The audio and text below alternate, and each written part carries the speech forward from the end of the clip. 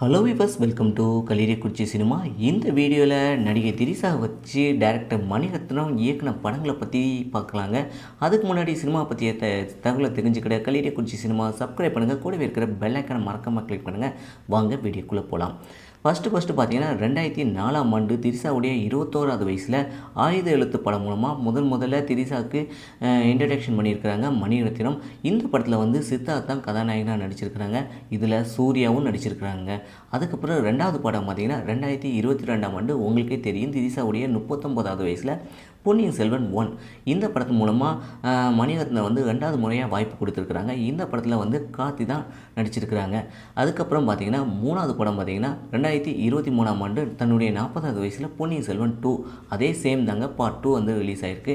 இதுலேயும் வந்து கார்த்தி நடிச்சிருக்கிறாங்க, ஜெயம் ரவி நடிச்சிருக்காங்க. பெரிய ஒரு படமாக இருந்து டாப் படமாக ஹிட் ஆகிருக்கு. ஓகே, 3 படத்தில் உங்களுக்கு என்ன படம் பிடிச்சிருக்கு அப்படிங்கிறத கமெண்ட் செக்ஷனில் கமெண்ட் பண்ணுங்கள். சினிமா பற்றிய தகவல் தெரிஞ்சுக்கிட்ட கலிரியக்குறிச்சி சினிமா சப்ஸ்கிரைப் பண்ணுங்கள். கூடவே இருக்கிற பெல் ஐக்கானை மறக்காமல் கிளிக் பண்ணுங்கள். தேங்க்ஸ் ஃபார் வாட்சிங்.